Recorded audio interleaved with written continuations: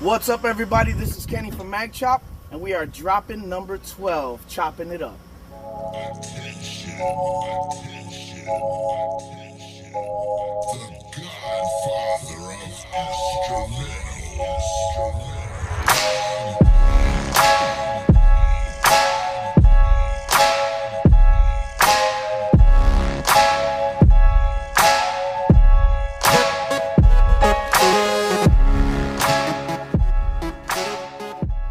Alright, welcome back to the show. I am so excited to be here. I hope you are. Thank you guys for watching. I want to just really send out my appreciation for everybody who takes the time to watch my videos.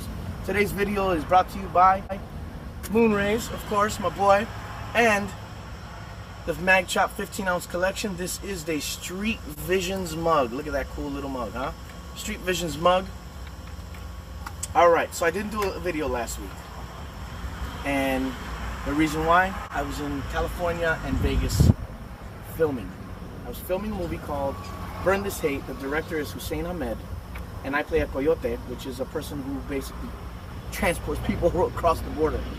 And I gotta tell you what an experience this was. Going to California, shooting in these rural areas was like nothing I'd ever experienced. But what I saw from the cast and crew of this film was also something that I had seen glimpse of here, but nothing like what I experienced when I was there. The first thing that got my attention was the fact that we were trying to get there before everybody else. We were like, hey, listen, we're going to beat everybody there so we can establish kind of like where we want to shoot and what, you know, like what areas, what locations we're going to use and how we're going to use these different locations. We pull up. And when I tell you this place is in the middle of nowhere, it's in the middle. It was like probably a good 30 or 40 minute drive through like rough terrain. Like it was the road was only there because somebody else had driven there maybe a couple times before. That's the only way. So we're like rocking and everything. You would have thought we were in one of these. Everybody was early. We're trying to get there like 20-25 minutes early so that we can beat everybody. We get there. They're there. They were there. On set. Ready. Within 10 minutes of us getting there, the other actors and actresses showed up. And it was like, wow, okay. Ready. They knew their lines. They knew what they had to do. They had their wardrobe together. I mean, it was unbelievable. And you would think that when you hear this, the level of professionalism that I'm speaking of, that these people are going to be like, all right, well, I want to get my stuff done and then I want to go. Once their parts were over, they actually stayed on set to follow through in case they were needed again, in case they needed something else. They stayed on set for any possible reason. So nobody left. We shot from the morning to the night. So I'm talking about from 9:30 in the morning to 1 o'clock in the morning. You're talking about 3 different time zones of desert weather. It's different. So it's cold in the morning, and then it's hot. And then it's really cold at night. And we're there. Not only are we dealing with the weather, we're dealing with the rough terrain, places that not a lot of people travel to. We're dealing with nature. And when I tell you nature, they have these things called camel spiders, and they're the size of my hand. And they jump. They jump like whoop. Okay, so we're dealing with that. Then they have these things called tarantula wasp. Yeah, a tarantula wasp. It sounds bad, but it's worse when you hear what it does. So a tarantula wasp, if it stings you, you're going to feel like you got shot with a gun. Okay? You're going to the hospital. That's no doubt. They lay their eggs inside of a tarantula. They sting the tarantula and lay their eggs inside the tarantula. Yeah, I was like, what? As if a spider isn't scary enough, they jump. As if bees aren't scary enough. And these things are like, they're like black, they're the size of your thumb, and when they spread their wings, it's like highlighter orange underneath, okay? They're huge. So then they do this violentness with this laying of eggs in the tarantula. Then you had these centipedes and millipedes that were like poisonous. They're like, hey, don't touch that, don't let it get near you. You had scorpions running around there, you had ants that bite.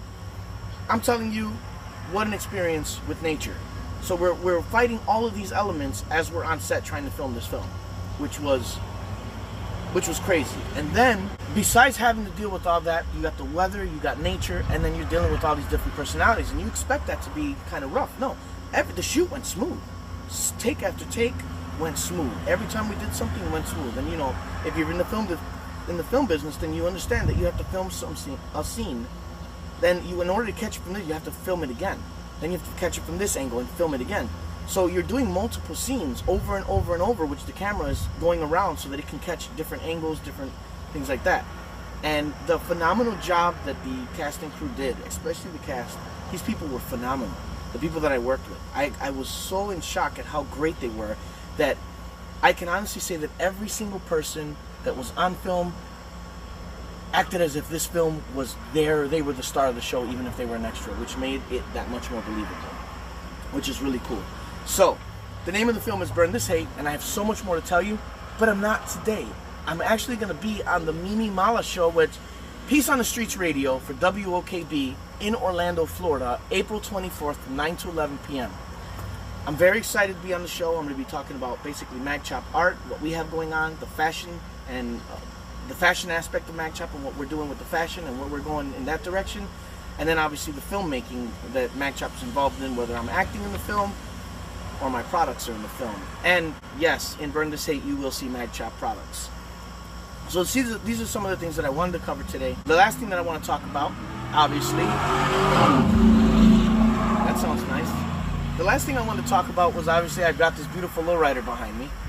Lowrider magazine is coming back to Miami, and MagChop is very, very proud to sponsor in 4 years in a row.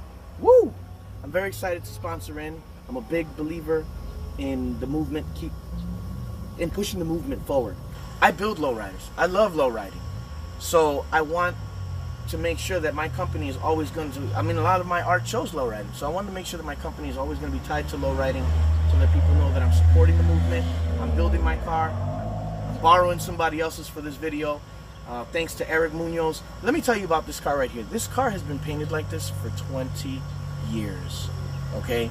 It's been painted like that. It's candy Spanish gold. It's got patterns hidden in it. Unbelievable. So you definitely want to go to the Lowrider Miami show. It is at the Fair and Expo Center, May 5th. That's right, Cinco de Mayo.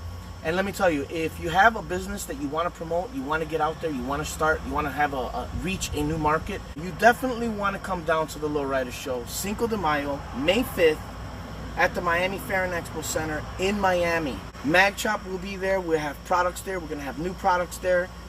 It's going to be great. So definitely come on down. I'll see you then. And like I said, April 24th, 9 to 11 p.m. I'll be on WOKB in Orlando, Florida. This is Kenny from MagChop. Until next week, I'll see you guys later.